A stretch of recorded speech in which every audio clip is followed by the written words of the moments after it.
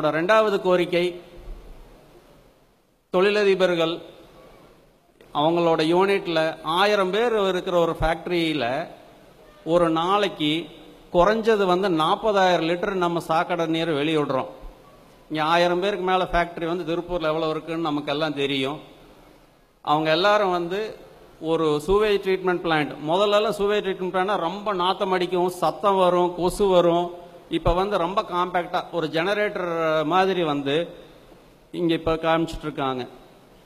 இது 40,000 litre sewage treatment plant. இது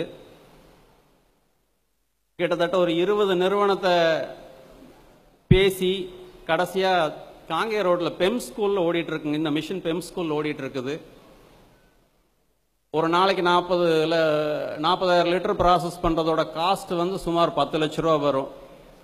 நமக்கு 10 லட்ச ரூபா முதலீடு நிறைய பேருக்கு ரொம்ப ரொம்ப சாதாரணம். உங்கள் எல்லாருக்கும் அந்த கோரிக்கையை வைக்கிறேன். இந்த சப்ளையரும் இன்னைக்கு இங்கே ஒரு ஸ்டால் போட சொல்லியிருக்கோம். வெளியே இருக்காங்க. கிட்டத்தட்ட 20 சப்ளையரை பார்த்துட்டு இவங்களது ரொம்ப ஆப்டாக இருக்குது. பெம் ஸ்கூலில் காங்கே ரோட்டில் ஓடிட்டு இருக்கு. கழிவு நீரை சுத்தம் பண்ணி நம்ம டாய்லெட் ஃப்ளஷிங்க்கு யூஸ் பண்ணலாம், நம்ம கார்டனுக்கு யூஸ் பண்ணிக்கலாம். இதை இப்போ செய்ய ஆரம்பித்தோம்னா ஒரு 10 வருஷம் கழிச்சு தண்ணி டேஸ்ட்டு இதிலிருந்து குறையாது. அட்லீஸ்ட் இந்த தண்ணியாவது நமக்கு கிடைக்கும். இல்லைன்னா 10 வருஷம் கழிச்சு மினரல் வாட்டரை தவிர எந்த கார்பரேஷன் வாட்டரையும் கொடுக்க முடியாத ஒரு சூழ்நிலை நமக்கு வந்துடும்.